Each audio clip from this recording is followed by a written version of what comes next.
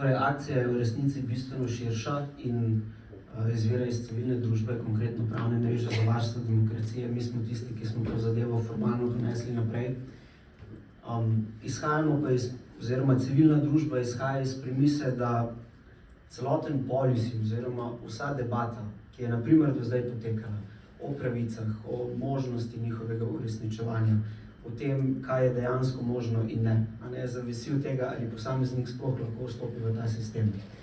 In seveda je tu tista najbolj očitna pravica do proste izbire zdravnika, kot jo poimenuje ZZVZZ, oziroma do proste izbire osebnega zdravnika. In ideja strank naših, ki jih tu zastopamo, je bila, da pač v primeru, ko obstaja notorno znana prezasedenost, nekdo mora določiti tega zdravnika, če so pač seznami polni, oziroma če recimo, da so prazni, seznami zdravnikov, ki so prosti.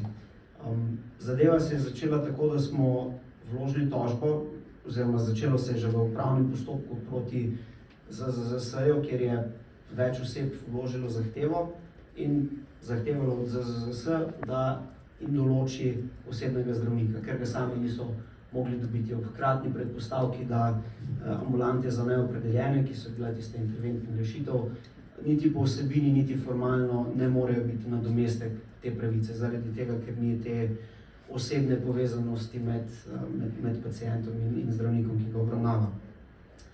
ZZZS je torej, oziroma zavod je interpretiral zakon tako, kot da nima pooblastila za odločanje o tej pravici.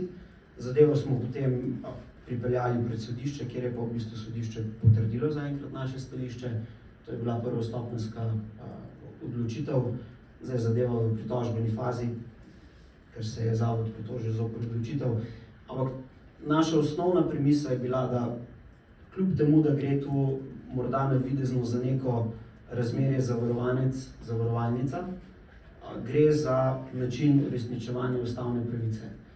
Tako 50. člen, ki ga je že prej gospa direktorica omenila, kot tudi 51. člen v bistvu urejata tako pravico do socialnega varstva, kot do zdravstvenega varstva in pravica do proste izbire osebnega zdravnika kot tista temeljna pravica, da je sploh lahko zaživi vse, o čemer se danes pogovarjamo, je v bistvu del te ustavne pravice.